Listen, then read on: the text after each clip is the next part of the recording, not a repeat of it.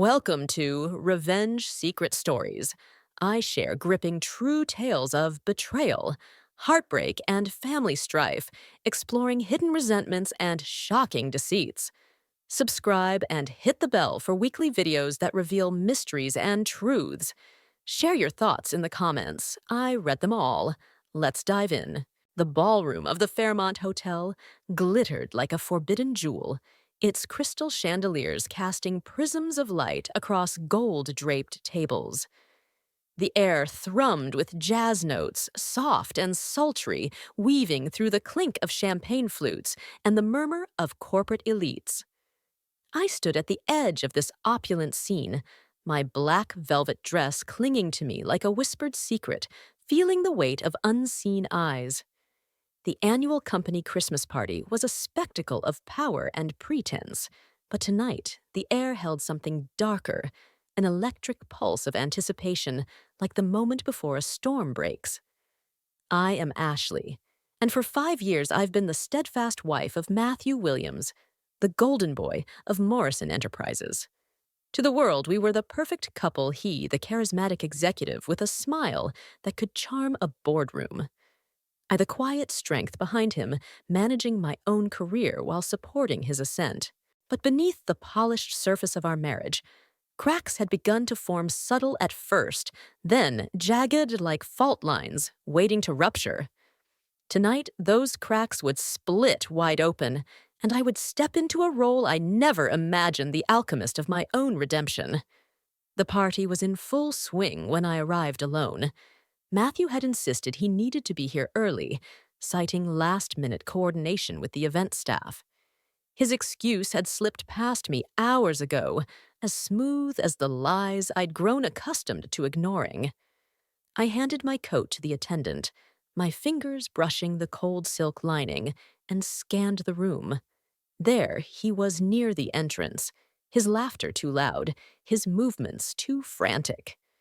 His tie was askew, a rare imperfection, and his hands trembled as he adjusted it repeatedly.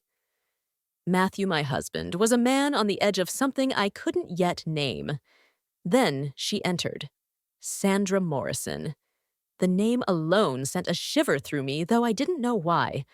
She glided into the ballroom like a phantom, her crimson dress a slash of fire against the muted elegance of the crowd. Every head turned, every conversation faltered, as if she'd cast a spell over the room. Her auburn hair caught the chandelier light, shimmering like a halo of secrets, and her emerald eyes scanned the crowd with a predator's precision.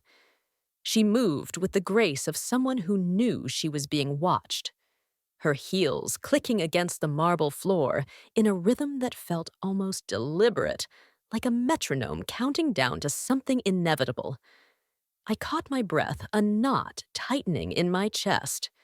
I'd seen her before, of course, months ago when she first appeared at the office as a supposed intern. But tonight she was no intern. She was a vision, a force, and the way Matthew's face lit up at her arrival told me everything I'd been too afraid to admit. He crossed the room to greet her, his posture shifting from nervous to radiant, as if she were the sun and he a planet caught in her orbit. They exchanged words. I couldn't hear their laughter, a private melody that excluded me entirely. I stood frozen, a ghost in my own life, as colleagues who'd known me for years offered polite smiles that didn't reach their eyes. The room buzzed with the usual holiday chatter, marketing teams, discussing campaigns, sales directors, toasting quarterly wins. But beneath it, I sensed a current of anticipation. Something was coming, something orchestrated, and I was the only one not privy to the script. Cynthia. My mother-in-law held court near the dessert buffet, her gold watch glinting as she checked the time obsessively. Her perfectly coiffed hair and tailored gown couldn't mask the feverish excitement in her movements, as if she were a conductor awaiting the crescendo of her symphony. She'd always disapproved of me, her smiles laced with condescension, but tonight her gaze carried a triumphant edge. When our eyes met across the room, her lips curved into a smile that felt like a blade. Ashley, darling, you look lovely tonight, she said as I approached, her tone dripping with false warmth. I do hope you're ready for an evening full of surprises. The word surprises landed like a stone in my stomach, heavy with unspoken menace. I managed a nod, my throat tight as I scanned the room for clues. What was she planning? And why did Sandra's presence feel like the key to a lock I hadn't yet found? The dinner passed in a blur of forced smiles and tasteless salmon. I sat with colleagues from accounting, their talk of budget projections fading into white noise as my eyes drifted to the head table. Matthew and Sandra sat side by side, their heads bent close, their laughter a shared secret that cut through the din. Every gesture, his hand brushing her arm, her smile lingering too long, felt like a performance designed to wound me. I gripped my wine glass, the stem cool against my palm, and fought the urge to flee. Then it happened. The jazz quartet fell silent, and a hush settled over the ballroom, as if the air itself held its breath. Cynthia rose from her chair, her movements deliberate, and stepped onto the small stage where a microphone waited. She tapped her champagne flute with a silver spoon, the chimes sharp and commanding. "Ladies and gentlemen," she began, her voice ringing with a clarity that silenced every whisper. "I hope you're all enjoying this celebration of Morrison Enterprises' continued success and the remarkable people who make it possible." Polite applause rippled through the crowd, but I felt the room tilt, my heart pounding like a war drum. Cynthia's eyes gleamed with purpose, her smile a mask of maternal pride. "Tonight, I want to honor my son Matthew for his exceptional leadership." She continued, her gaze sweeping the room before landing on him. "His vision and ability to cultivate extraordinary talent have been the cornerstone of our growth." Matthew's face flushed, his smile strained as colleagues nodded in approval, but his hands clutching his water glass betrayed a tremor that only I seemed to notice. And now Cynthia said, her voice rising with a joy that chilled me. "I'm thrilled to share a truly wonderful announcement." The room leaned forward, expectant, as if sensing the weight of what was to come. My breath caught my fingers tightening around my glass until I feared it would shatter. "I want you all to meet Sandra Morrison," she declared, gesturing towards Sandra, who rose with a serene confidence that made my skin prickle. Matthew's future wife, a remarkable woman who embodies everything our family needs for a brilliant future. The silence that followed was a living thing, heavy and suffocating, pressing down on the ballroom like a storm cloud. Every eye turned to the head table, where Sandra stood glowing with victory, her crimson dress, a beacon of triumph. Matthew stepped forward, embracing her, accepting congratulations from colleagues who'd attended our wedding 5 years ago.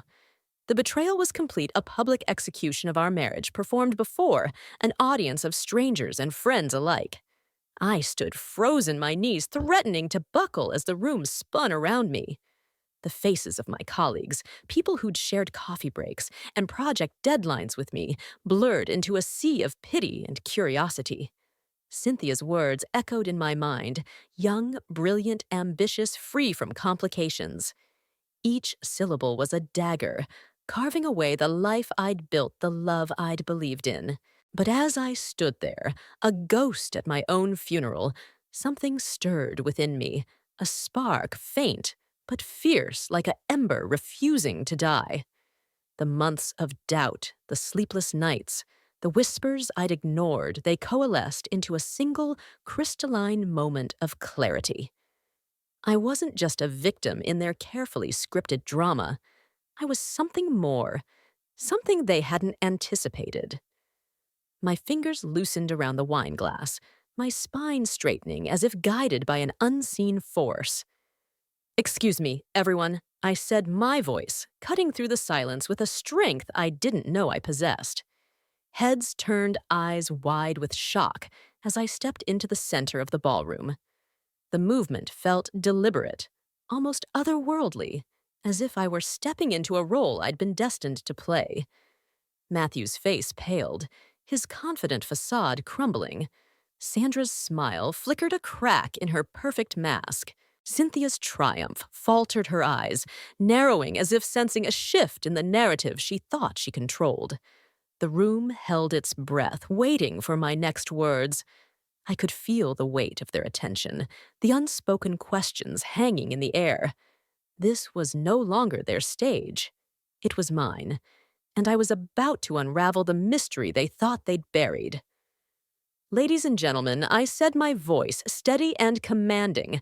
I think there's been a misunderstanding tonight that needs to be addressed. The words hung in the air, a promise of revelation, as I prepared to expose the truth that would shatter their carefully constructed lies. The spark within me flared into a flame, and I knew in that moment that I was no longer the woman they'd underestimated. I was Ashley, and this was only the beginning. As I stood in the center of the Fairmont's ballroom, the echo of my own voice still ringing in my ears, the world seemed to pause, suspended in the aftermath of Cynthia's devastating announcement. The faces around me, colleagues, executives, strangers, blurred into a tapestry of shock and curiosity, their champagne flutes frozen mid-air. But as I prepared to unravel the truth, my mind spiraled backward, pulling me into the shadows of the past few months. The signs had been there all along, whispering warnings I'd been too trusting to heed. Now, with the clarity of a woman who'd just reclaimed her stage, I saw them for what they were, the threads of a betrayal so intricate it felt like a curse woven by unseen hands. It began in early September when the air still carried the warmth of summer, but the nights hinted at the chill to come. Matthew had always been the kind of man who thrived on routine, his morning coffee, black as ink, his evenings spent reviewing reports with the precision of a clockmaker. But that autumn, his patterns shifted subtle at first, like the flicker of a candle in a drafty room. He started staying late at the office, claiming urgent projects that demanded his attention until 9 or 10 at night. Big client deliverables, he'd say, his voice smooth, but his eyes avoiding mine. I'd nod, swallowing my unease, and pack him dinner to take to the office only for him to wave it away. The team's ordering in, he'd insist his tone dismissive, as if my concern was an inconvenience. But the office wasn't what he claimed. One night, unable to sleep, I called the main line, after hours my heart pounding as if I were trespassing on forbidden ground. The night security guard, a gruff man named Carl, answered. "Building's been quiet since 6:30, ma'am," he said, his voice crackling through the receiver. "Just me and the cleaning crew." The words landed like a stone in my stomach, heavy with the weight of a truth I wasn't ready to face. If Matthew wasn't at the office, where was he? And why did his lies feel like a labyrinth? I was only beginning to navigate. His personal habits changed in ways that made my skin prickle with unease. Matthew had always been meticulous, his scent a familiar blend of cedar and spice from the cologne I'd gifted him our first Christmas together. But now he returned home, cloaked in a new fragrance, citrusy sharp and expensive, like something chosen to mask a secret. He'd shower the moment he walked through the door, even on nights when he claimed to have spent hours in air-conditioned conference rooms. The steam from the bathroom carried that alien scent, transforming our bedroom into a foreign territory where I no longer felt at home. His phone became an extension of his body, never leaving his side. It sat face down during dinner, its screen a silent sentinel, guarding secrets I couldn't access. At night, he'd tuck it under his pillow, a barrier between us, even in sleep. Once during a quiet evening, when we tried to watch a movie, it buzzed, and his glance at the screen held a mix of excitement and guilt that twisted my insides. I caught a glimpse of the name Sandra Morrison before he swiped it away, his smile tight. "Just work," he muttered, but the lie hung between us, thick and suffocating. The credit card statements were the first tangible evidence, a trail of breadcrumbs leading to a truth I dreaded. I'd always handled our finances, a task Matthew happily delegated. But that fall, I began noticing charges that didn't belong. Dinners at Bella Vista, a restaurant known for candlelit tables and intimate wine pairings, appeared with alarming frequency. The Garden Terrace, Moonlight Bistro, places designed for lovers, not business deals, showed up on nights when Matthew claimed to be in budget meetings that ended at 5. The receipts, when I requested them, told a story of meals for two ordered at 8:30, with wine selections that screamed romance rather than corporate necessity. I started photographing the statements in secret, my hands trembling as I cataloged each betrayal. Jewelry purchases began to appear: delicate gold earrings from Meridian Jewelers, a silver bracelet from Crown, and company pearl drops from Prestige Gems. Each item was a small fortune, a silent accusation that Matthew was lavishing someone else with the affection he'd withdrawn from me. I searched our house, hoping, praying these were surprise gifts for our anniversary or Christmas. But my jewelry box remained unchanged, its contents a stark reminder that these treasures were adorning another woman's skin. The hotel charges were the most devastating, each one a dagger to my heart. The Metropolitan Hotel appeared repeatedly executive suites booked for nights when Matthew claimed to be at crucial business conferences. I called the hotel once, posing as a wife, coordinating schedules, my voice steady, despite the tremor in my chest. The events coordinator was polite but firm. No conferences on those dates, ma'am. Just private bookings. The room service orders champagne at midnight. Couples' spa treatments painted a picture of romantic getaways that made my stomach churn. Matthew wasn't attending conferences. He was building a secret life, and I was the fool left in the dark. Cynthia's sudden presence in our lives was another thread in the tapestry of deceit.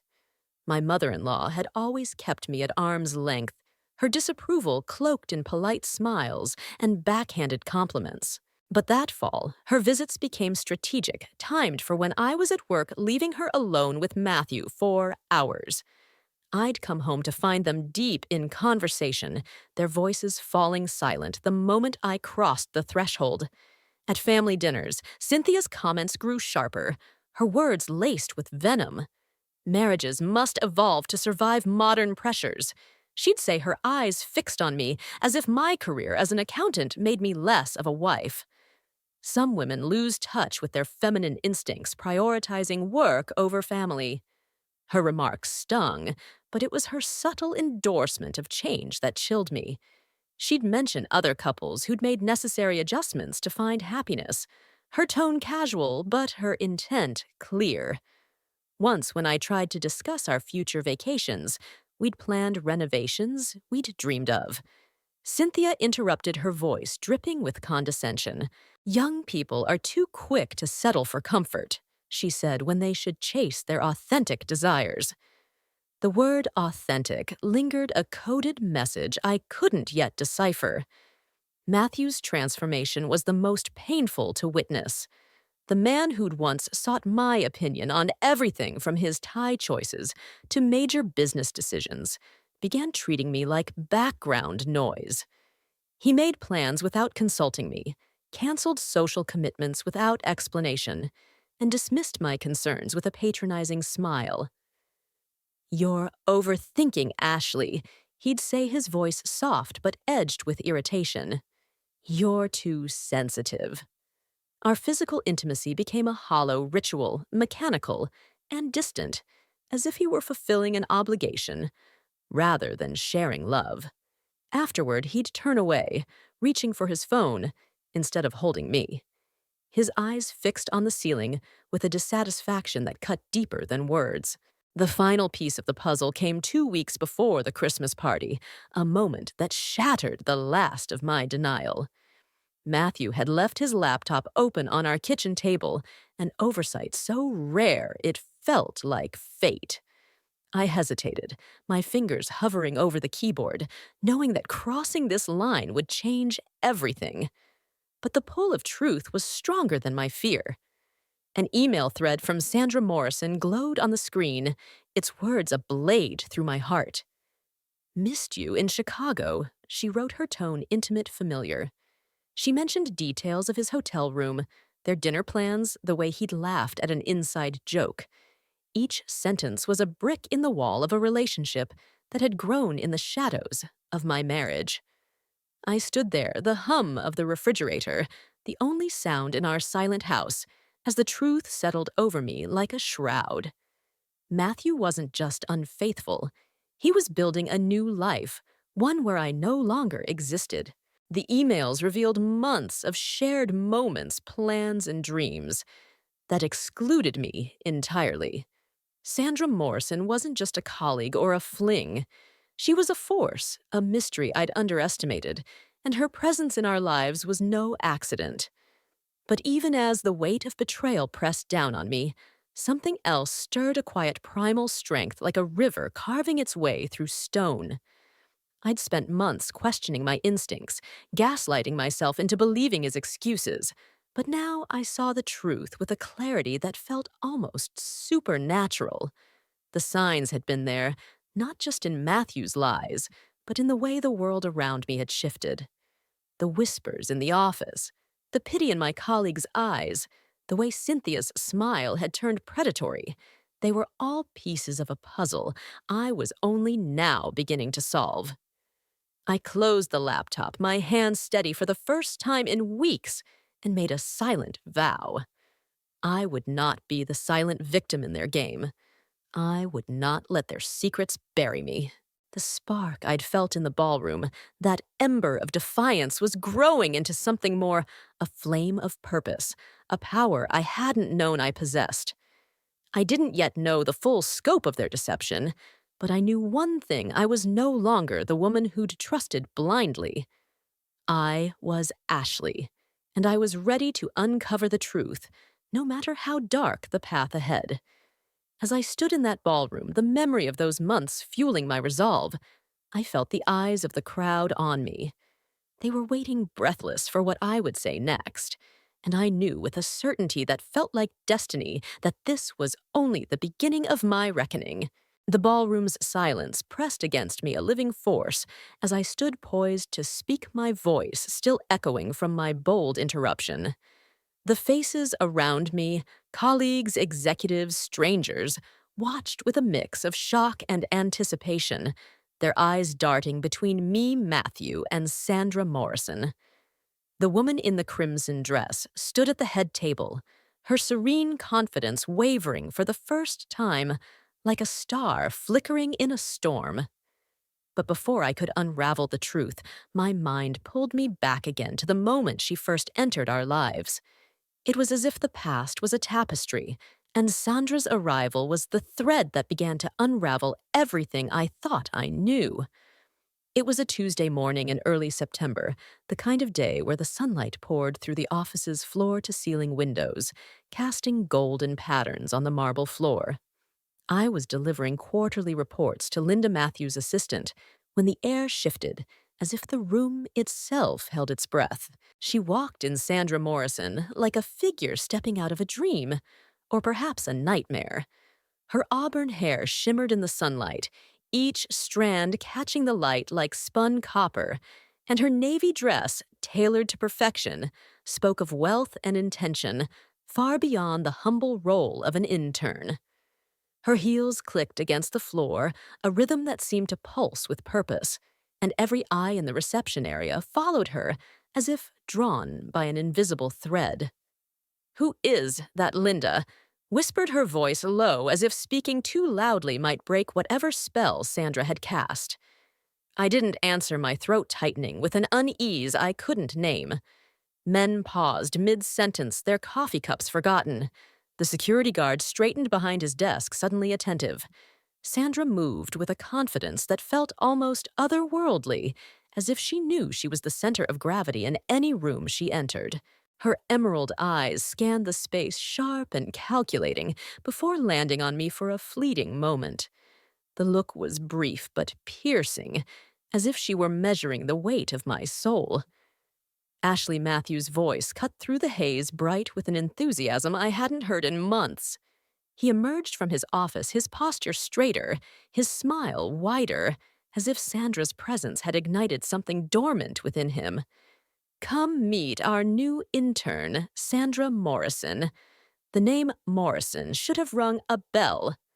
Walter Morrison, our company's largest shareholder, loomed large in my mind, but I was too distracted by Matthew's transformation to connect the dots. He was radiant alive in a way that made my chest ache, as if I were seeing a version of him that no longer belonged to me. Sandra extended her hand, her grip firm, and deliberate, her smile warm, but laced with something I couldn't place a challenge, perhaps, or a secret. Ashley, such a pleasure, she said, her voice smooth as velvet, her eyes studying me with an intensity that felt like a spotlight. Matthew has shared so much about you. The words landed like a stone in still water, rippling through my thoughts. Matthew rarely spoke of our personal life at work, yet her tone suggested intimacy, as if she'd been privy to conversations I'd never heard. When I glanced at him, his face flushed with a guilt he couldn't hide a crack in the facade he'd so carefully maintained. She graduated from Northwestern with dual degrees in business and finance. Matthew explained, his hand hovering near her elbow in a gesture that felt too familiar, too possessive. She'll be working directly with the executive team on specialized projects. Specialized projects. The phrase hung in the air, heavy with implications. In my 15 years in the corporate world, I'd never known an intern to be assigned to executive-level work on their first day. Interns fetched coffee, organized files, learned the ropes, not sat in on boardroom discussions or accessed confidential systems.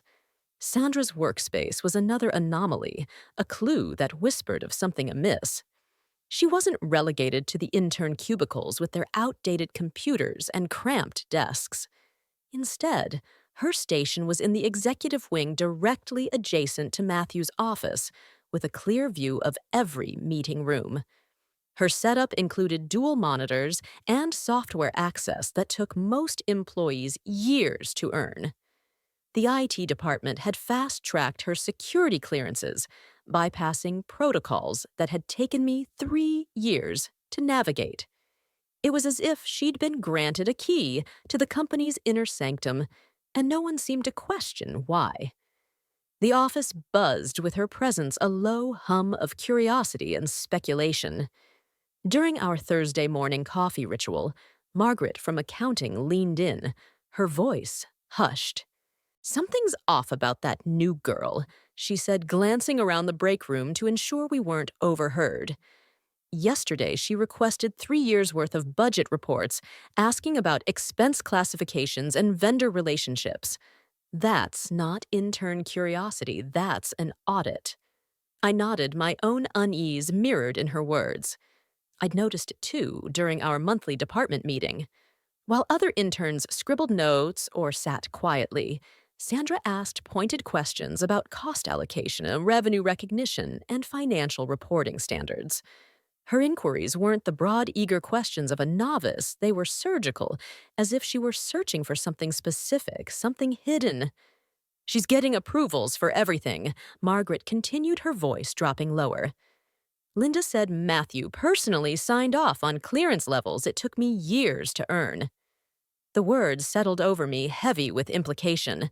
Why was Matthew, a man known for his meticulous adherence to protocol-bending rules, for a woman he'd supposedly just met? And why did Sandra's presence feel like a shadow creeping over my life? Darkening corners I hadn't even known existed. The morning coffee ritual became a daily torment, a window into a truth I wasn't ready to face. At precisely 8:15, Matthew would stride through the office carrying 2 cups from the expensive coffee shop across the street. His usual black coffee was joined by a vanilla cinnamon latte with oat milk and extra foam, a drink that hadn't existed in his routine until Sandra arrived. He'd deliver it to her desk with a care that felt like a betrayal, lingering as they laughed over shared jokes I wasn't privy to. From my spot near the copy machine, I watched their interactions, their body language a dance of intimacy that made my heart twist. Sandra leaned forward when she spoke, Her smile calculated. Matthew found excuses to touch her shoulder, his eyes lingering too long. It was flirtation unmistakable, and it cut deeper than any lie he'd told. Her integration into the executive sphere was seamless, almost unnaturally so. Matthew included her in discussions that had no bearing on an intern's role, deferring to her opinions as if she were a seasoned consultant. What's your perspective? Sandra became his refrain even when her suggestions contradicted those of senior staff.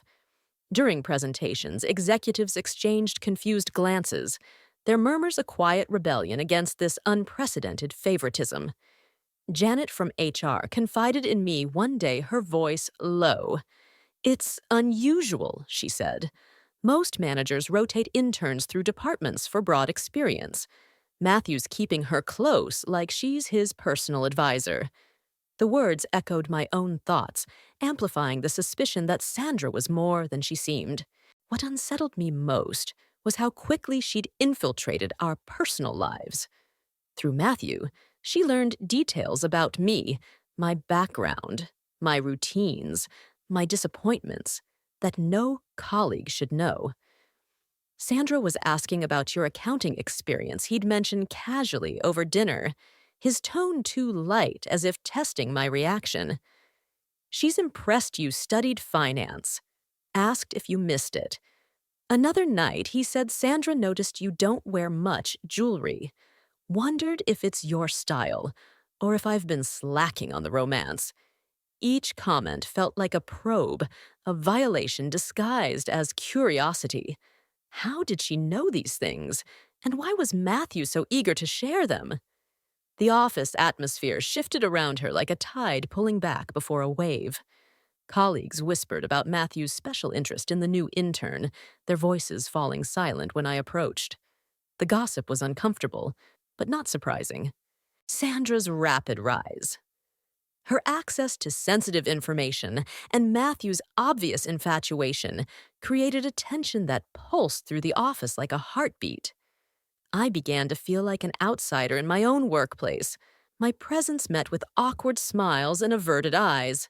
Even Linda, usually a reliable ally, grew distant, her chatter replaced by polite nods. One morning, as I stood by the window watching Sandra glide through another meeting, her voice confident and her questions sharp, I felt a stir within me, a quiet, unshakable certainty. She wasn't just an intern.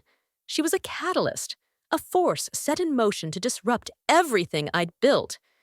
The realization was both terrifying and exhilarating, like standing at the edge of a cliff and feeling the wind urge you to leap. I didn't yet know her true purpose, but I knew one thing: Sandra Morrison was no ordinary woman, and her arrival was the beginning of a reckoning. As I stood in the ballroom, the memory of those early days fueling my resolve, I felt the weight of every eye on me. The spark within me, that ember of defiance, was now a steady flame. I was no longer the trusting wife who'd ignored the signs. I was Ashley, and I was ready to pull back the veil on the mystery that had ensnared my life. The ballroom held its breath in every eye fixed on me. As I stood in the center, my words still ringing in the air like a spell cast into the void.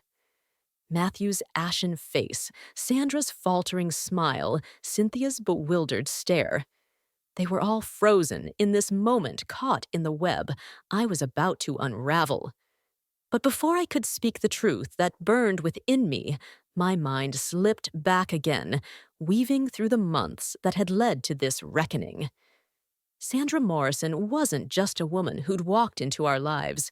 She was a weaver of shadows, her every move a thread in a tapestry of deception. And as I pieced together her strategies, I realized that the power I felt now, this flame of defiance, had been kindled by watching her work, her dark magic. Sandra's presence in the office was like a melody you couldn't unhear, haunting and hypnotic. From the moment she arrived, she seemed to know exactly how to bend the world to her will. Her actions so precise they felt choreographed by an unseen hand. I watched her from the sidelines, my role as the unnoticed wife giving me a vantage point. Others lacked. What I saw wasn't just an intern eager to learn. It was a performance, a masterclass in manipulation that left me both awed and unnerved. Her approach to Matthew was surgical, timed with a precision that bordered on the supernatural. Every afternoon at exactly 3:30, when the office slumped into its post-lunch haze, Sandra would appear at his office door, a stack of documents in hand. The timing was no accident. It was the hour when Matthew's defenses were lowest, his mind weary from morning meetings and looming deadlines. "I'm struggling with these profit projections." She'd say, her voice a delicate balance of confusion and charm, her emerald eyes wide with feigned uncertainty. But those eyes, sharp as cut glass, betrayed a mind that understood the numbers better than most senior analysts. She'd lean across his desk, pointing at figures with a manicured finger, her expensive perfume, a blend of jasmine and secrets filling the air. I'd watch through the glass partition, my stomach twisting as she tilted her head to catch the afternoon light, her auburn hair glowing like a halo of fire. Her note-taking was theatrical, each pen stroke a performance of devotion, as if Matthew's every word deserved to be etched in stone. "You make it so clear," she'd say, her voice carrying just enough awe to stroke his ego. "I learned more from you this week than in 4 years at Northwestern." The flattery was relentless, a siren's song designed to make Matthew feel indispensable. "Matthew is such a brilliant mentor," she'd announce to nearby colleagues, her voice loud enough to reach his ears. "He has a gift for making complex concepts seem effortless." It was calculated, each word a brushstroke, painting him as the hero he desperately wanted to be. But I saw the truth in her questions, sophisticated probing inquiries about financial structures that revealed she already knew the answers. She wasn't learning from him, she was leading him, guiding him deeper into a trap he couldn't see. Matthew was too intoxicated by her attention to notice the contradiction. His shoulders straightened in her presence. His laughter grew louder, and his eyes followed her with a hunger that made my heart ache. He began sharing things with her, details about our marriage, our struggles, my supposed shortcomings that no employee should ever hear from their boss. "Ashley doesn't understand the pressures of leadership," I overheard him say one afternoon, his voice low but clear through the thin office walls. "She expects success to come easily without the sacrifices it demands." The words cut deep, but it was Sandra's response that chilled me. "You deserve someone who sees your ambition, Matthew. Someone who supports your dreams." Her words were a spell weaving a narrative where she was the solution to his every grievance. She learned his vulnerabilities, his fear of being outpaced by younger executives, his craving for recognition, his growing resentment of domestic life, and used them like keys to unlock his loyalty. Each conversation positioned her as the ideal partner, young enough to inspire him, ambitious enough to match his drive, grateful enough to make him feel seen. I watched helpless as he fell deeper under her influence, his once sharp judgment clouded by her carefully crafted allure. Sandra's conquest of Cynthia was even more masterful, a chess game played with the precision of a grandmaster. At our second family dinner since her arrival, Sandra appeared at our door with a bouquet of white roses, Cynthia's favorite, a detail I'd never shared with anyone at work. "These reminded me of you," she said, her smile warm, but calculated as she handed them to my mother-in-law.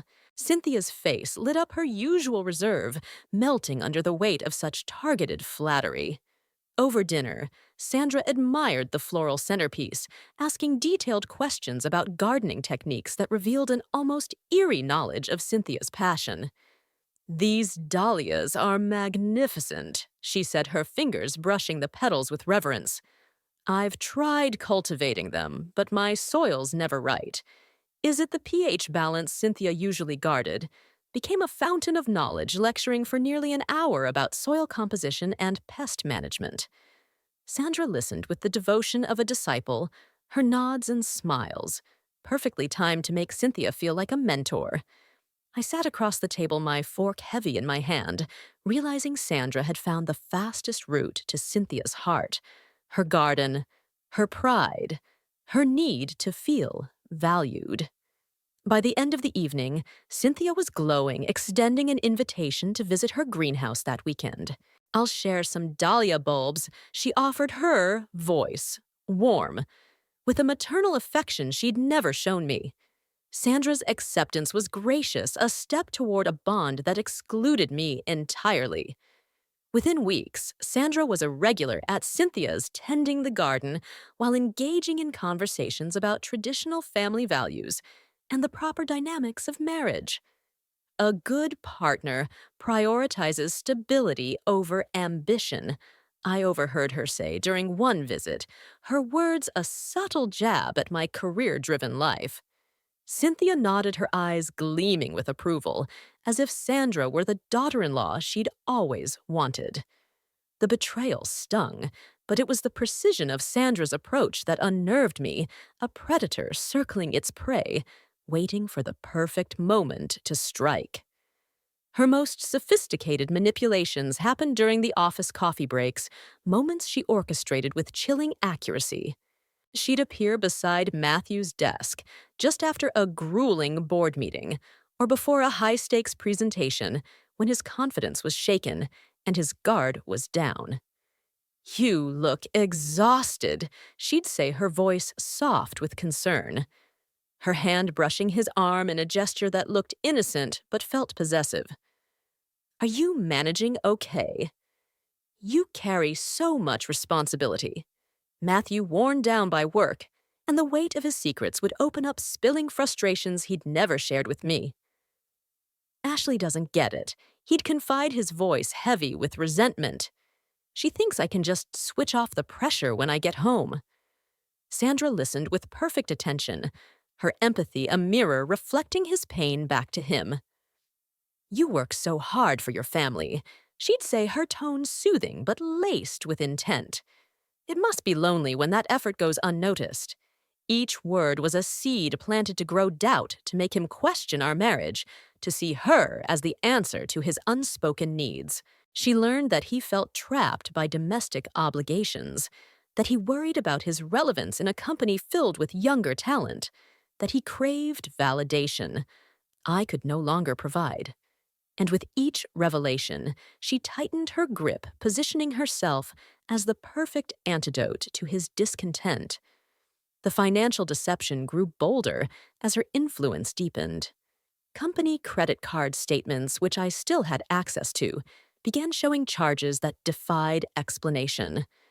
Romantic dinners at exclusive restaurants were logged as client entertainment, though the venues were known for candlelit ambiance, not business meetings.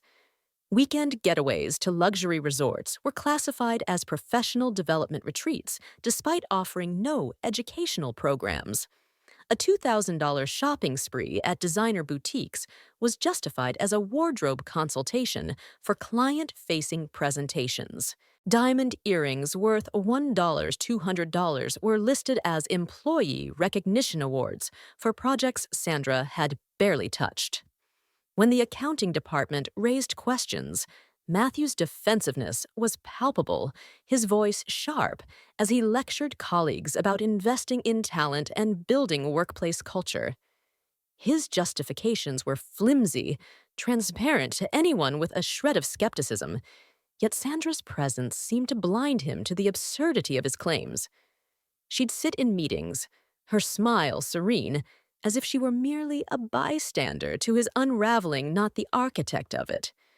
Through it all, I felt a shift within me, a quiet awakening that grew stronger with each of Sandra's calculated moves. Her manipulations were a mirror reflecting not just Matthew's weaknesses, but my own strength. I'd spent months doubting myself, but watching her work, her precision, her audacity ignited something primal. I wasn't just a betrayed wife. I was a woman learning to see through the fog of deception.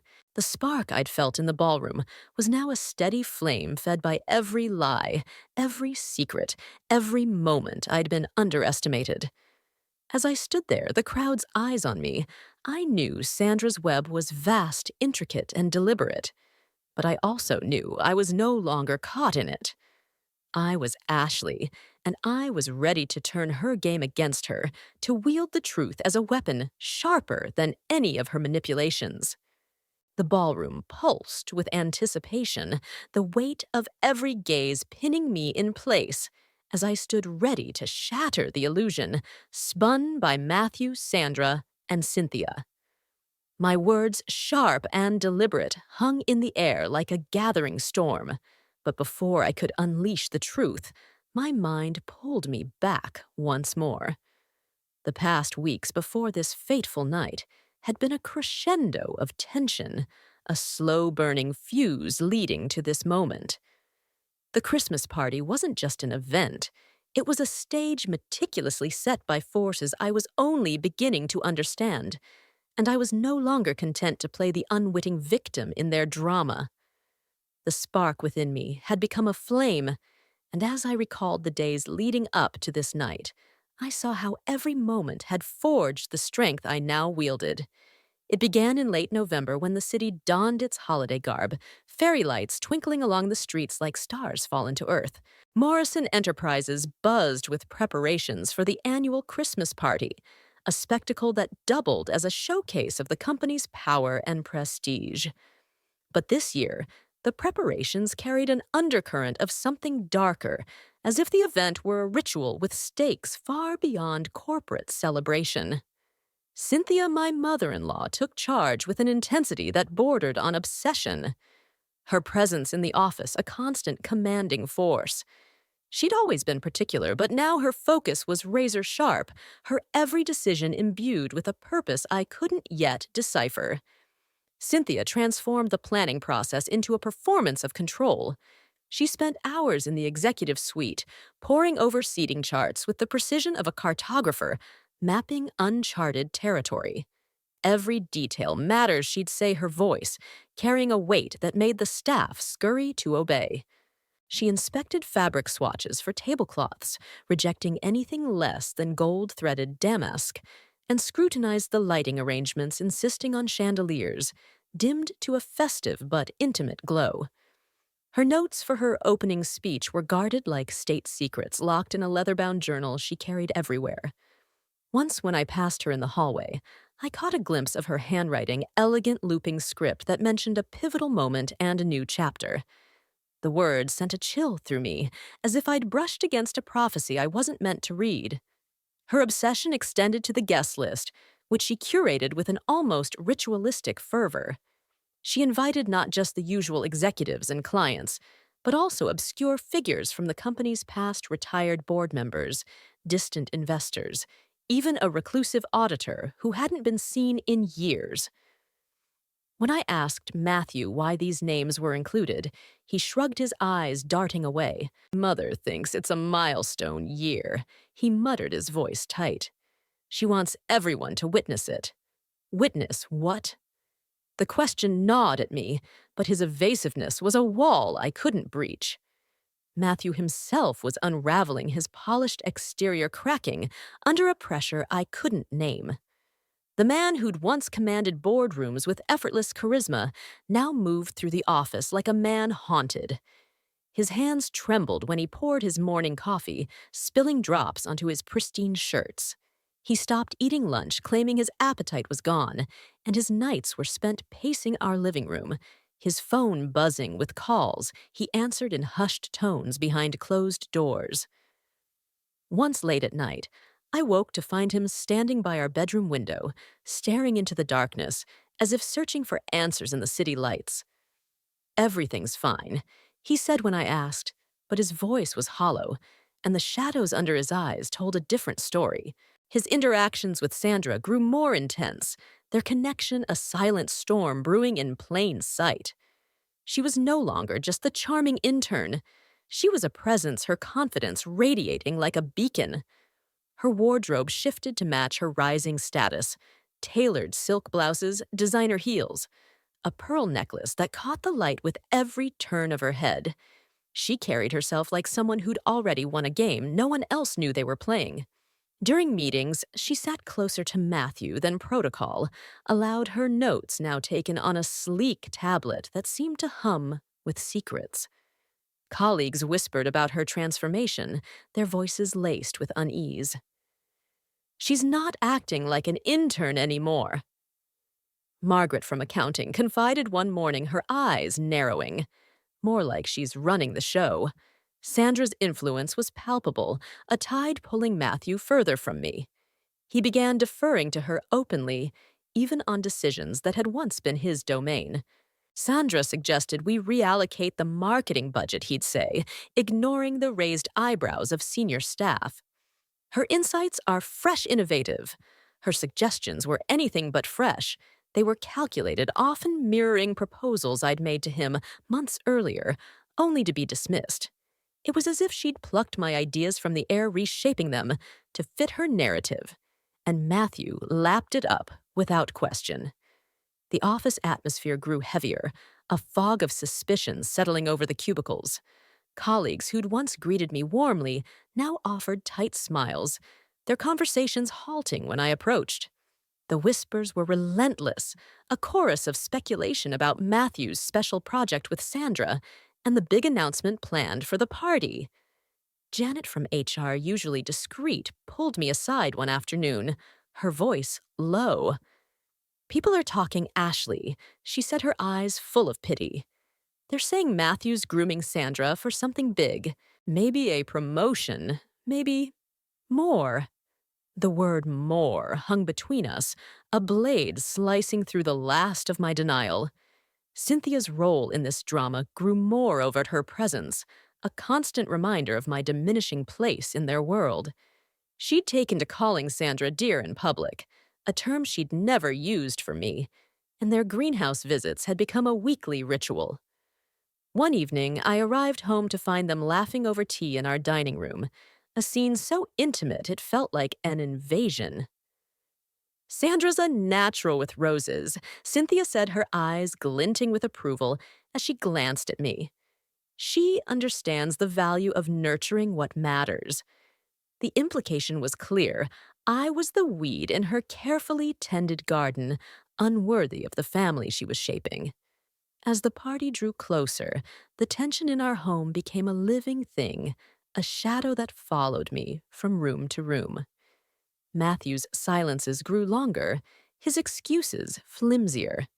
"I need to finalize the event logistics," he'd say, disappearing into his study for hours, his phone lighting up with messages he didn't bother to hide. I caught fragments of his conversations, phrases like, "It's all set," and "she's ready," that sent my pulse racing. Who was ready for what? The questions piled up, each one a stone in the wall of my growing suspicion. I began to see patterns in the chaos connections that felt almost orchestrated. The company's financial reports, which I still reviewed as part of my role, showed anomalies that hadn't existed before Sandra's arrival. Funds were reallocated to vague consulting fees and strategic initiatives with no clear documentation. Expense reports for Matthew's department grew sloppier, with charges for trips and gifts that didn't align with any known projects. I started keeping a private log, my accountant's instincts kicking in each entry, a step toward uncovering a truth I wasn't sure I wanted to face. The night before the party, I found myself alone in our kitchen, staring at a bottle of wine I hadn't opened. The house was quiet. Matthew gone again to meet with vendors. The silence was oppressive, but it gave me space to think, to feel the shift within me. The woman I'd been trusting, accommodating, blind, was fading, replaced by someone sharper, someone who saw the world with a clarity that felt almost otherworldly. I closed my eyes and envisioned the party, the glittering ballroom, the faces of those who'd underestimated me.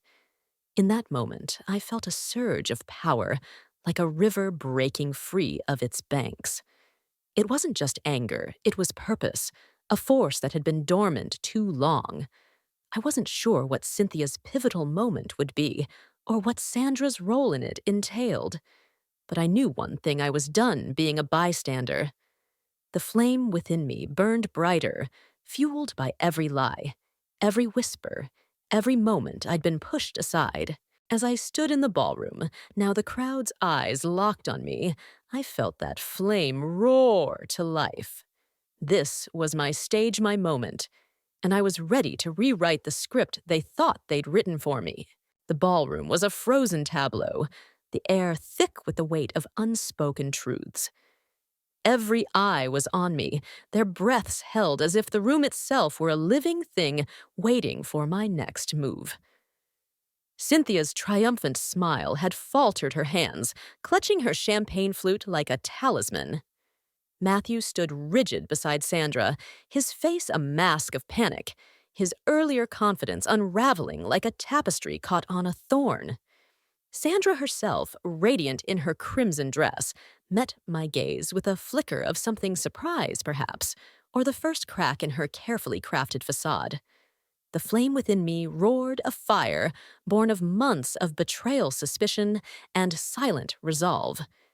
This was my moment, my stage, and I was no longer the woman they'd underestimated. I was Ashley, and I was ready to burn their lies to ash. Ladies and gentlemen, I began my voice steady, cutting through the silence like a blade.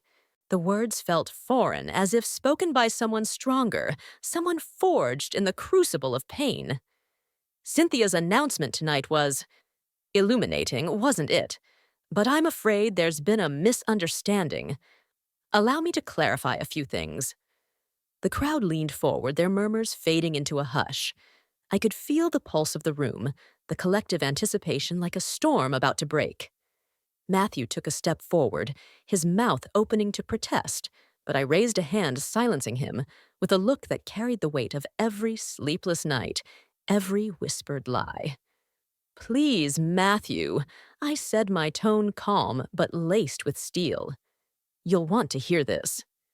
I turned to the crowd, my heart pounding but my resolve unshakable. "Sandra Morrison," I said, gesturing toward her, "has been introduced as Matthew's future wife, a woman of youth, ambition, and brilliance. But there's more to her story details that my husband and his mother seem to have overlooked." Sandra's smile tightened, her emerald eyes narrowing, but she remained still, a statue carved from secrets. I took a breath, the air sharp in my lungs, and let the truth unfold.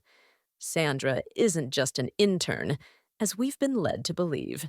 She's the daughter of Walter Morrison, our company's largest shareholder.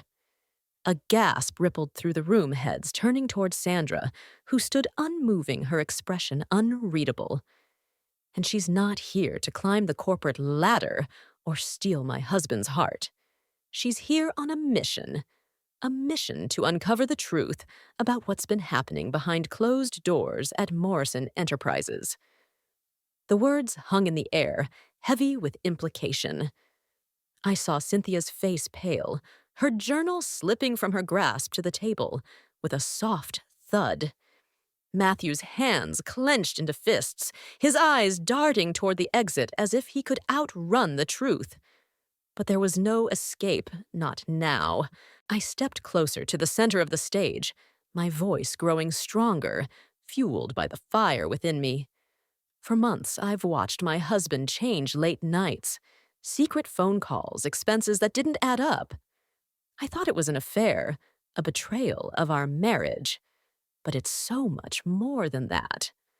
I paused, letting the silence amplify the tension, my gaze sweeping the room. Colleagues who'd once avoided my eyes now stared transfixed, as if seeing me for the first time. "Sandra," I continued, turning to her, "why don't you tell everyone what you've been working on, or should I do it for you?" For a moment, I thought she'd resist her composure, a fortress I couldn't breach. But then, with a grace that felt almost otherworldly, Sandra stepped forward, her crimson dress catching the chandelier light like a flame. The crowd parted for her, drawn by the same magnetic pull I'd felt the first time I saw her. "Ashley's right," she said, her voice clear and commanding, carrying a weight that silenced even the faintest whispers. I'm not just an intern. I'm a forensic accountant trained by the FBI and hired by my father, Walter Morrison, to investigate financial irregularities at this company. The room erupted in murmurs, a wave of shock rolling through the crowd. Sandra raised a hand, and the noise died instantly, as if she'd cast a spell. Over the past 6 months, she continued, I've uncovered evidence of systematic embezzlement orchestrated by Matthew Williams. She reached into her clutch and produced a sleek tablet, its screen glowing with data that seemed to pulse with accusation. Dinners at Bella Vista charged as client entertainment, but there were no clients. Weekend retreats at the Metropolitan Hotel logged as professional development, but no seminars took place. Jewelry designer clothing and luxury purchases, all misclassified as company expenses. She swiped the screen, projecting images onto the wall behind us. Receipts, bank statements, photographs of Matthew and her at exclusive venues, his arm around her in a way that made my stomach churn. The evidence was meticulous, a mosaic of betrayal that left no room for doubt. These weren't isolated mistakes, Sandra said, her voice steady, but laced with a quiet fury. They were deliberate acts of fraud, siphoning company funds for personal gain. Over $500,000 in misappropriated assets hidden under layers of falsified reports. The crowd was a sea of stunned faces, colleagues whispering to one another, their pity for me replaced by outrage. Matthew stumbled forward, his voice hoarse. This is a misunderstanding. He stammered, his hands raised as if to ward off the truth. I was building relationships, investing in the company's future. His words faltered under Sandra's gaze, her eyes sharp as daggers. Investing in your future, perhaps, she said, her tone cutting through his excuses. But not the company's. Every transaction was approved by you, Matthew, and every discrepancy leads back to your office. She turned to the crowd, her presence commanding. My father trusted this company to operate with integrity. When he suspected otherwise, he sent me to find the truth. And I did. A figure emerged from the shadows at the edge of the ballroom. His presence as commanding as Sandra's, Walter Morrison, the company's enigmatic patriarch, stepped into the light, his silver hair gleaming under the chandeliers. His eyes, the same emerald green as Sandra's, were cold with resolve. Thank you, Sandra, he said, his voice resonating with authority. And thank you, Ashley, for having the courage to bring this to light. The room turned to him, the weight of his presence silencing even the most skeptical whispers. Matthew Williams, Walter continued, your actions have betrayed the trust of this company and everyone in it. Effective immediately, you are terminated. Legal proceedings will follow, and you will be held accountable for every cent you've stolen. Matthew's knees buckled, his face a mask of despair as he realized the depth of his fall. Cynthia let out a choked sob, her hands covering her mouth as if to contain the wreckage of her carefully laid plans. The crowd buzzed with shock, their champagne flutes forgotten, their festive mood shattered. Colleagues who'd toasted Matthew's leadership just hours ago now turned away, their faces hard with betrayal. But I wasn't done. The flame within me burned brighter, urging me to reclaim the narrative they'd tried to steal. This isn't just about money, I said, my voice rising clear and unwavering. It's about trust, about loyalty, about the life we built together. I turned to Matthew, my eyes locking onto his. You thought you could erase me, rewrite our story to suit your desires. But you forgot one thing: I'm not invisible. I see everything. The words felt like a spell of my own, a declaration of the power I'd discovered within myself. I wasn't just exposing their lies. I was reclaiming my place, my voice, my truth. The crowd was silent, their eyes wide with awe, as if witnessing the birth of something new. Even Sandra, for all her calculated brilliance, seemed to pause her gaze softening with a respect I hadn't expected. Cynthia staggered forward, her voice trembling. Ashley, you don't understand. She pleaded her earlier triumph replaced by desperation. I was protecting the family, ensuring our legacy. Your legacy. I interrupted, my voice sharp. You orchestrated this humiliation. Cynthia thinking it would secure your vision of the future, but you miscalculated. You underestimated me. The room seemed to shimmer, the air charged with an energy that felt almost alive.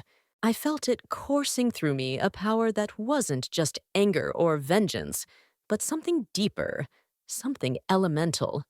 It was as if the universe itself had aligned with my resolve, amplifying my voice, my presence, my truth. I wasn't just Ashley, the betrayed wife. I was a force, a reckoning, a woman who'd stepped out of the shadows and into the light. As the crowd absorbed the revelations, the festive atmosphere dissolved into a stunned silence. Guests began to leave, their whispers trailing behind them like echoes of a shattered dream. Matthew stood alone, his shoulders slumped, his empire of lies crumbling around him. Sandra watched him with a detached curiosity, her mission complete, but her role in this story far from over. Walter placed a hand on my shoulder, his touch grounding me in the chaos. You've done well, Ashley, he said quietly. We'll talk soon. I nodded, my heart still racing, but the flame within me burned steady now, a beacon guiding me forward. This was no longer their stage. It was mine. And as I stood there, the weight of their betrayal lifting, I knew I was only beginning to discover the strength I carried within. The ballroom exhaled, its glittering facade shattered by the weight of truth. The chandeliers still cast their prismatic glow, but the light now felt cold, exposing rather than enchanting. The crowd dispersed in a flurry of whispers, their festive cheer replaced by a stunned silence that clung to the air. Like frost. Matthew stood alone at the head table, his shoulders slumped, his empire of lies crumbling into dust. Cynthia, once the regal conductor of this orchestrated betrayal, clutched the edge of the table, her face a mask of shock and despair. Sandra, her crimson dress, a stark contrast to the chaos she'd unleashed, watched with a detached curiosity, her emerald eyes unreadable. And I, Ashley, stood at the center of it, all the flame within me, burning steady, a beacon of strength I hadn't known I possessed until this moment. The echoes of my words and Sandra's revelations still reverberated, a spell that had unraveled their carefully woven deception. As the guests drifted toward the exits, their murmurs a chorus of judgment, I felt the weight of their gazes shift from pity to respect. Colleagues who'd once avoided me now met my eyes with nods of acknowledgement, as if seeing me for the first time. The transformation was intoxicating, a surge of power that felt almost otherworldly, as if I'd tapped into a current running beneath the surface of reality. But the night wasn't over, and the aftermath of their betrayal was only beginning to unfold. Matthew's collapse was immediate, a fall as swift as it was brutal. He stumbled toward me, his voice hoarse, his eyes wild with desperation. Ashley, please. He stammered, his hands outstretched, as if to grasp a lifeline I'd already severed. This isn't what it looks like. I can explain. His words were cut off by Walter Morrison, who stepped forward, his presence a quiet storm of authority. There's nothing to explain. Matthew Walters said, his voice low but unyielding, each syllable, a hammer, striking the final nail in Matthew's coffin. The evidence is irrefutable. You've betrayed this company, your colleagues, and your wife. You're done here. The finality of his words echoed through the ballroom, silencing Matthew's protests. He stood frozen, his face a portrait of a man who'd lost everything, his position, his reputation, his future. The crowd parted as security personnel appeared, their expressions neutral, but their intent clear. Mr. Williams. One of them said, his voice clipped. "You need to leave the premises immediately."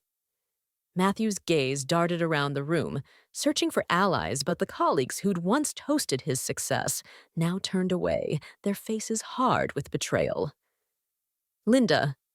His assistant shook her head, her eyes glistening with disappointment. Margaret from accounting crossed her arms, her earlier whispers of suspicion now validated. Even the junior staff who'd once idolized him looked on with a mix of shock and disdain.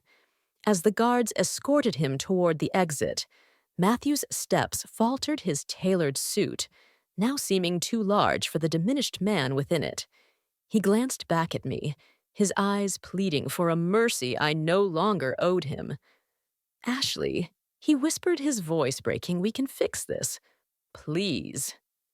But the words were hollow, drowned out by the truth I'd laid bare. I met his gaze unflinching and saw not the man I'd married, but a stranger who'd gambled our life together and lost.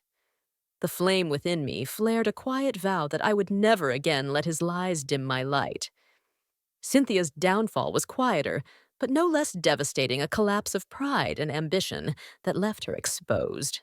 She sank into a chair, her gold watch glinting mockingly under the chandelier light, as if time itself were taunting her. Her hands trembled as she reached for her journal, clutching it like a shield, but its pages held no salvation now. The woman who'd orchestrated this public humiliation, who'd called Sandra the future wife to erase me, was now a shadow of herself. Her regal composure shattered. "Cynthia," I said, stepping toward her, my voice calm but laced with a strength that made her flinch. "You thought you could rewrite my story, didn't you? You thought you could control this family, this company, this moment. But you were wrong." Her eyes widened, a flicker of fear replacing her earlier triumph. The crowd watched their whispers, a soft requiem for her fallen empire. "You helped him betray me," I continued, "and in doing so, you betrayed yourself." She opened her mouth to respond, but no words came. Instead, a choked sob escaped, a sound so raw, it silenced the room. The colleagues who'd once flocked to her for invitations to exclusive galas now stepped back, their faces a mix of pity and judgment. Cynthia, the matriarch, who'd prided herself on her social influence, was now an outcast in the world she'd shaped. Her greenhouse gatherings, her carefully curated social circle, they would wither in the wake of this scandal, as surely as her dahlias would fade without care. The festive atmosphere of the Christmas party dissolved entirely, the jazz quartet packing up their instruments, the catering staff clearing untouched plates. Guests slipped out in small groups, their hurried goodbyes a stark contrast to the revelry they had arrived with. The ballroom, once a stage for celebration, now felt like a mausoleum, its opulence a hollow reminder of the illusions that had been shattered. I stood in the center, untouched by the chaos, my heart steady despite the storm around me. The power I felt wasn't just in exposing their lies, it was in reclaiming my place in standing tall where they'd expected me to fall. Sandra lingered at the edge of the room, her tablet still in hand, her expression a puzzle I couldn't yet solve. She'd played her part flawlessly, delivering the evidence that had toppled Matthew, but her motives remained shrouded in mystery. Was she merely Walter's agent, a forensic accountant fulfilling a mission? Or was there something more, something deeper driving her? Her gaze met mine, and for a moment I thought I saw a spark of recognition, not of me as Matthew's wife, but as a woman who'd matched her in this game of shadows. She nodded slightly, a gesture so subtle it might have been imagined, before turning to join her father. Walter approached me as the crowd thinned, his emerald eyes softening with a warmth I hadn't expected. "Ashley," he said, his voice low, "you've shown remarkable courage tonight.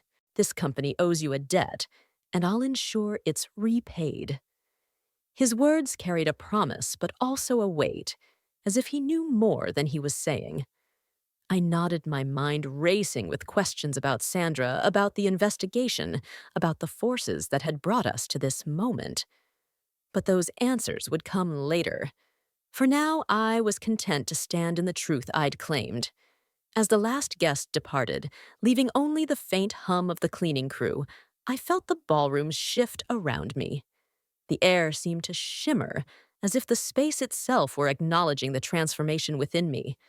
The flame that had sparked months ago, fueled by every lie, every betrayal, was now a steady fire, illuminating a path I hadn't seen before. I wasn't just the woman who'd survived their deception. I was the woman who'd rewritten their narrative, who'd turned their stage into my own. Matthew's final glance as he was led away lingered in my mind, not as a plea for forgiveness, but as a reminder of the life I was leaving behind. Cynthia's crumpled figure, her journal abandoned on the table, was a testament to the cost of her ambition. And Sandra, with her enigmatic presence, was a question mark I would unravel in time. For now, I stood alone in the emptying ballroom, the weight of their downfall settling around me like ash. But I wasn't diminished by it. I was reborn, a phoenix rising from the ruins of their lies. The night wasn't over, and neither was my journey.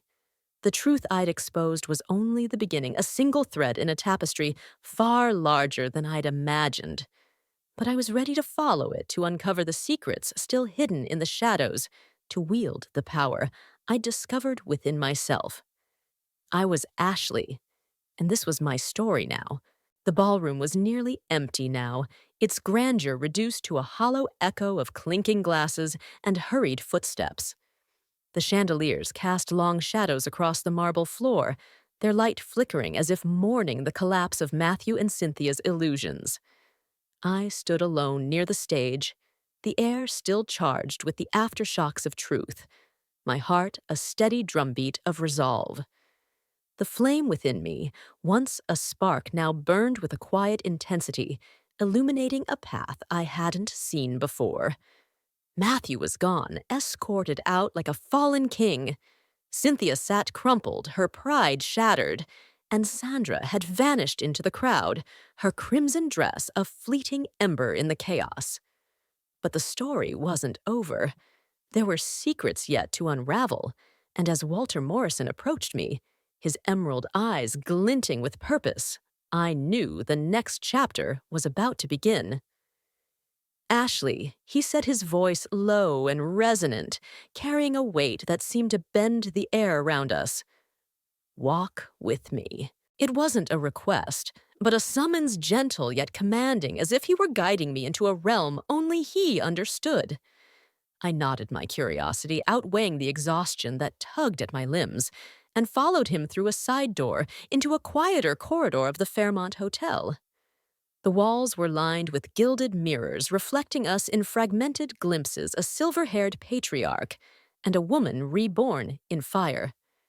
The air here felt different, heavier, as if laced with secrets that whispered just beyond my hearing. We stopped in a small, dimly lit lounge, its velvet curtains drawn against the city's glow. Walter gestured to a leather armchair, and I sat my hands folded in my lap, the weight of the night still settling over me.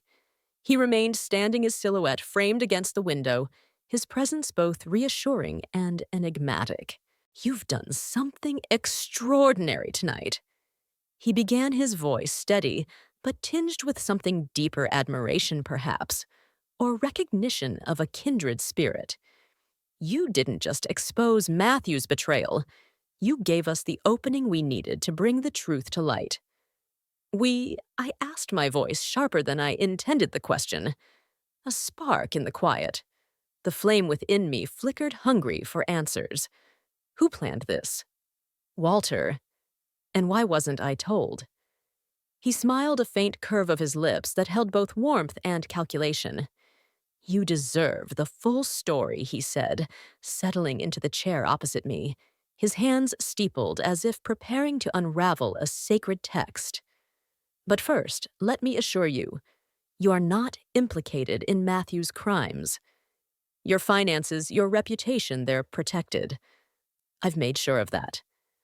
The words were a lifeline, but they only deepened the mystery. I leaned forward, my eyes searching his. Tell me everything I said.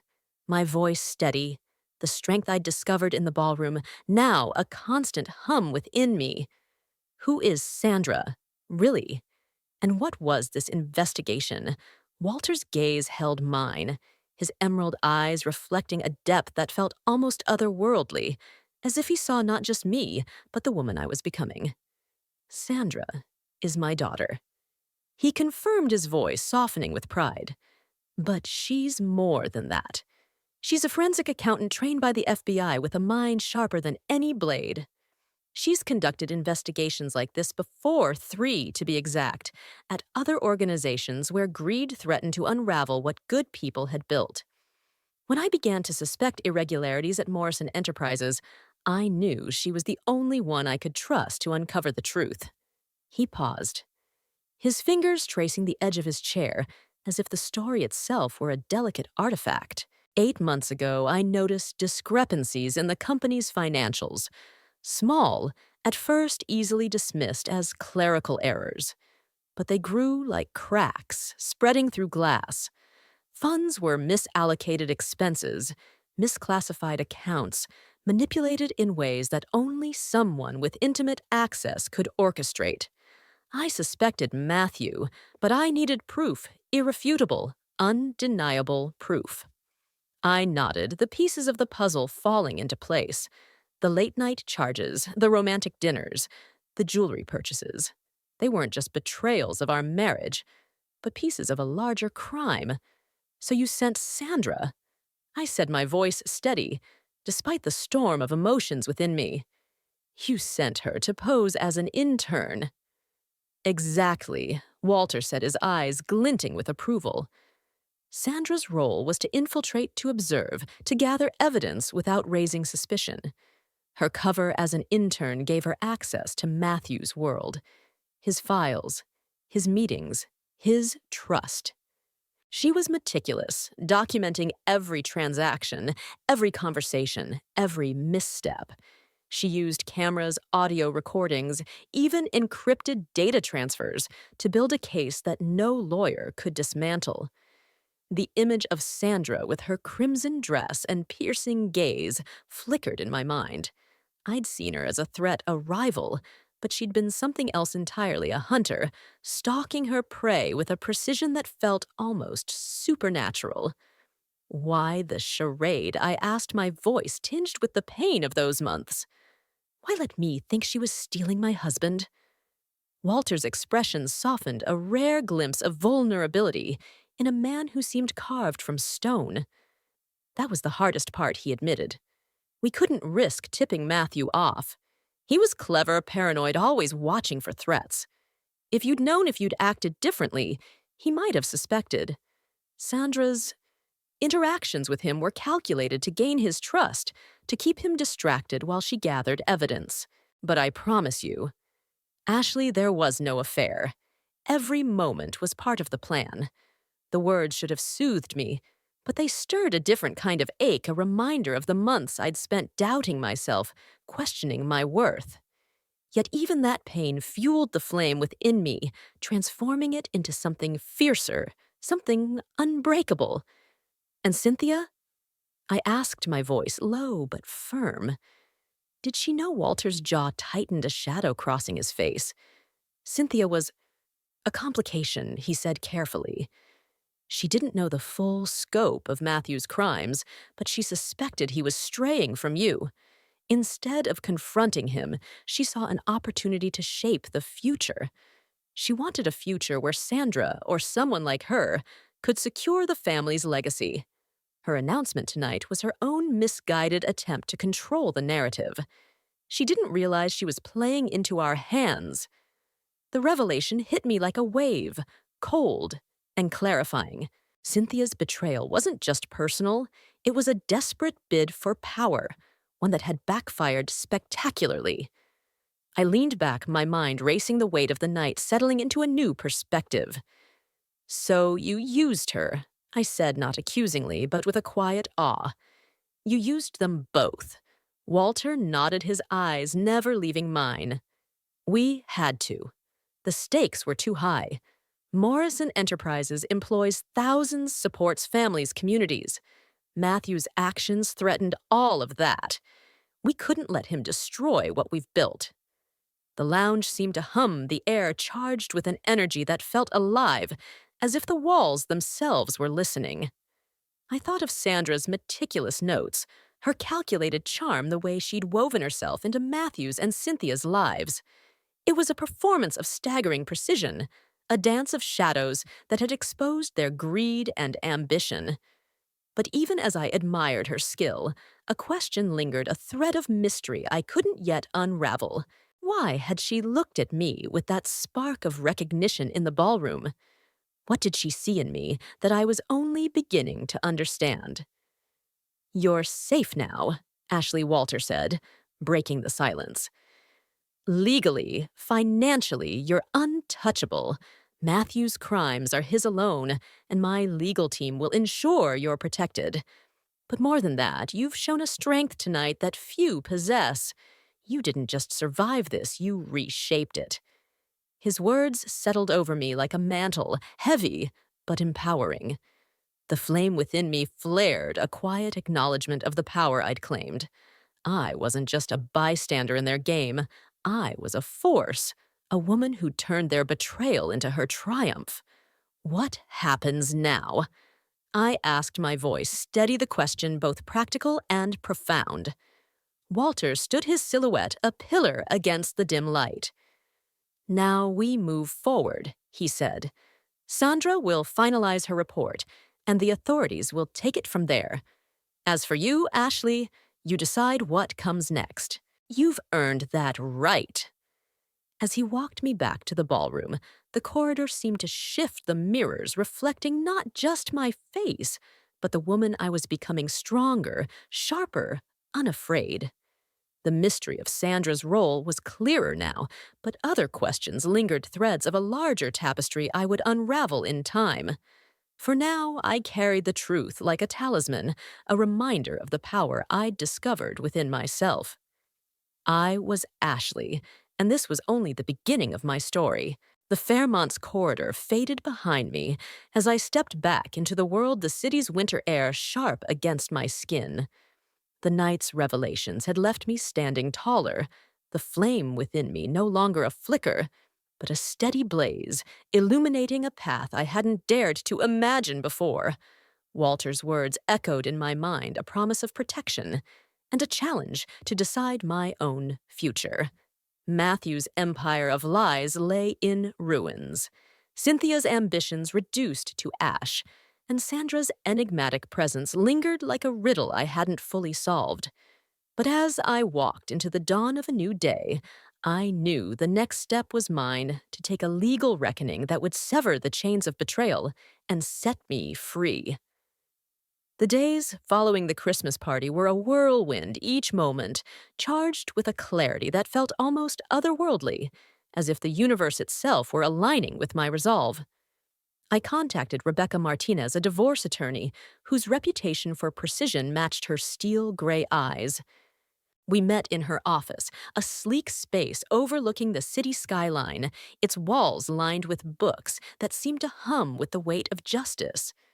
Rebecca listened as I recounted the events, Matthew's lies, the financial fraud, Cynthia's betrayal, Sandra's investigation, her pen moving swiftly across a legal pad, her face unreadable, but her focus razor sharp. "You've got a strong case, Ashley," she said, leaning back in her chair, her voice calm but resolute. "Adultery, financial irresponsibility, emotional cruelty. The evidence is overwhelming. And with Walter Morrison's backing, you're untouchable." She slid a folder across the desk, its contents a catalog of Matthew's misdeeds, bank statements, receipts, Sandra's forensic report, even photographs from the party that captured his guilt in stark relief. "We'll file for divorce immediately, citing these grounds. You'll keep your assets, your home, your retirement accounts, everything. Matthew will bear the consequences alone." I nodded, my hands steady, as I flipped through the folder, each page a brick in the wall of my liberation. The numbers were staggering, over $500,000 in misappropriated funds funneled into dinners, hotels, and gifts that were never meant for me. But it wasn't the money that fueled my resolve. It was the betrayal, the years of trust eroded by his lies. What about criminal charges? I asked, my voice firm, the flame within me burning brighter. He can't just walk away. Rebecca's smile was sharp a blade honed by experience. He won't, she said. Walter's legal team is working with the authorities. Embezzlement on this scale carries serious consequences, fines, restitution, and likely prison time. Matthew's facing a storm he can't outrun. The legal process moved with a speed that felt almost predestined, as if the truth itself were impatient to be heard. Within a week, I filed for divorce, the paperwork a declaration of my independence. Matthew's attempts to contest it were feeble, his arguments crumbling under the weight of Sandra's evidence. Rebecca presented the case with surgical precision, her arguments weaving a narrative of betrayal that left the judge a stern woman with a gaze like winter, unmoved by Matthew's pleas. "Mr. Williams," she said, her voice cutting through his stammered excuses, "your actions have consequences. This court will not entertain your deflections." The divorce was finalized in record time, a clean break that left me with our home, my savings, and my dignity intact. Matthew was ordered to pay restitution for the company funds. He'd stolen a sum that stripped him of his personal wealth and left him with nothing but the clothes on his back. The house, once a battleground of silent resentments, became my sanctuary, its walls no longer echoing with his lies. I walked through its rooms, touching the familiar furniture, and felt a quiet triumph, a sense that I'd reclaimed not just my space, but my life. The criminal proceedings followed swiftly, a public spectacle that drew the city's attention. Matthew's trial was held in a courthouse that seemed to pulse with the weight of justice, its marble columns standing like sentinels. I sat in the gallery not as a victim, but as a witness to the consequences of his choices. Sandra's evidence was presented in meticulous detail: spreadsheets, audio recordings, surveillance footage that captured Matthew's every misstep. The prosecutor, a woman with a voice like steel, laid out the case with devastating clarity. Matthew had abused his position, manipulated company accounts, and betrayed the trust of everyone who'd believed in him. The verdict came on a gray morning. The courtroom hushed as the judge delivered her ruling. Matthew Williams, you are hereby sentenced to 2 years in prison, followed by 3 years of supervised probation. She declared, her gavel striking like a thunderclap. You will also pay full restitution to Morrison Enterprises, including legal fees. Matthew's face crumpled, his hands gripping the table, as if to anchor himself against the tide of his ruin. He looked at me, his eyes pleading for a forgiveness I no longer owed. I met his gaze unflinching and felt the flame within me burn brighter, a fire of justice, of liberation, of self.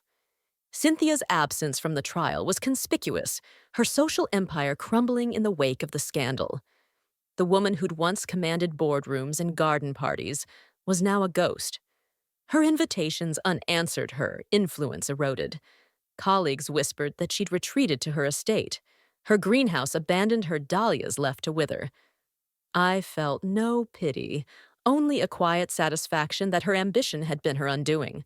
She'd tried to erase me, to rewrite my story, but I'd turned her narrative against her, emerging stronger than she'd ever imagined.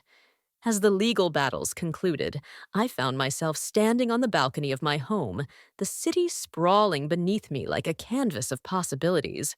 The weight of Matthew's betrayal, once a suffocating shroud, had lifted, replaced by a clarity that felt almost mystical. I wasn't just free from him, I was free from the doubts that had held me captive, the insecurities that had dimmed my light. The flame within me was now a beacon guiding me toward a future I could shape on my own terms. Yet even in this moment of triumph, a thread of mystery lingered. Sandra's role in the investigation was clear, but her presence in my life felt unfinished, as if our paths were meant to cross again. Walter's promise of protection had been fulfilled, but his final words, "You decide what comes next," echoed in my mind, a challenge to embrace the power I'd discovered. The city lights twinkled below each one, a star in a constellation. I was only beginning to map. I was Ashley no longer defined by betrayal, but by the strength I'd forged in its wake. The legal battles were over, but my journey was just beginning a story I would write with the fire that now burned within me. The city stretched before me, a mosaic of lights winking like stars against the velvet night. I stood on my balcony, the winter air crisp and cleansing, carrying away the last traces of the storm that had upended my life. The Christmas party, the revelations, the legal battles, they were now chapters in a story I'd rewritten not as a victim, but as the architect of my own destiny. The flame within me, once a fragile spark, had grown into a steady blaze, illuminating a future I could finally claim as my own. Matthew was gone, his empire of lies reduced to rubble. Cynthia's pride lay in tatters, her social throne abandoned. Sandra and Walter had played their parts, unraveling a conspiracy that had nearly destroyed everything. And I, Ashley, stood taller than ever, no longer defined by betrayal, but by the strength I'd forged in its crucible. The weeks following the trial were a quiet rebirth each day, a step toward a life unburdened by the shadows of the past. Morrison Enterprises emerged from the scandal with a renewed sense of purpose, guided by Walter's steady hand. He implemented sweeping reforms, stricter financial oversight, transparent reporting, mandatory ethics training that transformed the company into a model of integrity. Industry journals lauded him as a visionary historian, a case study in leadership through crisis. At a board meeting I attended as a guest, he spoke with a quiet conviction that resonated through the room. "Trust is our foundation," he said, his emerald eyes sweeping over the executives. "We rebuild it together, or we fall apart." His words were a beacon, and the company rallied around them, its future brighter than ever. Sandra, too, found her place in the aftermath, her brilliance no longer cloaked in the guise of an intern.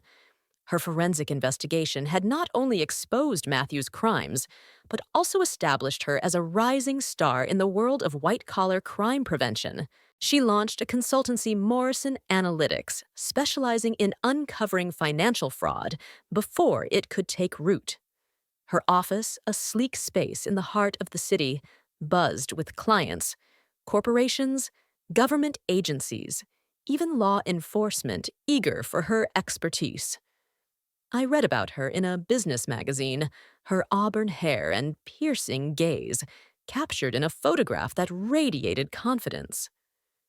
Sandra Morrison, the woman who sees what others. Miss the headline declared, and I couldn't help but smile. She'd seen through Matthew's lies, but more than that, she'd seen something in me, a spark of strength I was only now beginning to understand. Her success was no surprise, but a moment from our last encounter lingered in my mind, a thread of mystery I hadn't fully unraveled. At the trial's conclusion, she'd approached me outside the courthouse, her crimson coat a vivid slash against the gray morning. "You were the key, Ashley," she'd said, her voice soft but deliberate, her emerald eyes holding mine with an intensity that felt almost otherworldly. "You turned the tide." Her words carried a weight beyond their surface, as if she saw me not just as Matthew's wife, but as a force in her own right. Before I could ask what she meant, she'd handed me a small card with her contact information, a faint smile playing on her lips. "If you ever need me, I'm here." Then she was gone, her heels clicking against the pavement like a metronome fading into the distance. The card rested in my wallet, now a talisman of possibility, a reminder that our paths might cross again. Walter's role in my story didn't end with the trial. He invited me to his office a week later, a mahogany-paneled space that seemed to hum with the weight of his legacy. "You're not just a survivor, Ashley." He said, his voice warm but resolute. "You're a leader. The company could use someone like you, someone who sees the truth and isn't afraid to act on it." His offer was generous, a senior role in financial oversight, a chance to shape the company's future. I thanked him, my heart swelling with gratitude, but I declined. I need to find my own path. I told him, my voice steady the flame within me, guiding my words. He nodded, his eyes glinting with respect. I expected nothing less. He said, "But my door is always open." The decision to walk away from Morrison Enterprises was my own, a declaration of the freedom I'd fought for. The house, now fully mine, became a canvas for reinvention. I painted the walls in soft blues and golds colors that spoke of serenity and possibility. I filled the rooms with books, plants, and art that reflected the woman I was becoming, not Matthew's wife, not Cynthia's rival, but Ashley, whole and unbroken. Each change was a ritual, a shedding of the past, a step toward a future I could shape with my own hands. One evening, as I sat in my newly redecorated living room, a glass of wine in hand, I felt a quiet peace settle over me. The city lights sparkled beyond the window, a constellation of dreams waiting to be claimed. The pain of Matthew's betrayal, once a suffocating weight, had transformed into something else, a lesson, a catalyst, a fire that had forged me anew. I thought of Cynthia isolated in her crumbling world and felt no malice, only a distant sorrow for the woman who'd lost herself to ambition. I thought of Sandra, her enigmatic presence, a puzzle I might one day solve, and felt a spark of curiosity, a sense that our stories were intertwined in ways I couldn't yet see. Most of all, I thought of myself, the woman who'd stood in the ballroom, who'd faced the truth and turned it into power. The flame within me was no longer a weapon, but a light guiding me toward a life of my own design. I enrolled in an art class, something I'd abandoned in college to pursue a practical career. I joined a book club, finding solace in stories that mirrored my own journey of resilience. I even began writing, pouring my experiences into a journal that felt like a spell book, each word a step toward healing. The city hummed below its rhythm, a heartbeat I was learning to follow. I didn't know what the future held, whether Sandra's card would lead to new adventures, whether Walter's offer would call me back, or whether I'd forge an entirely different path. But for the first time, I wasn't afraid of the unknown.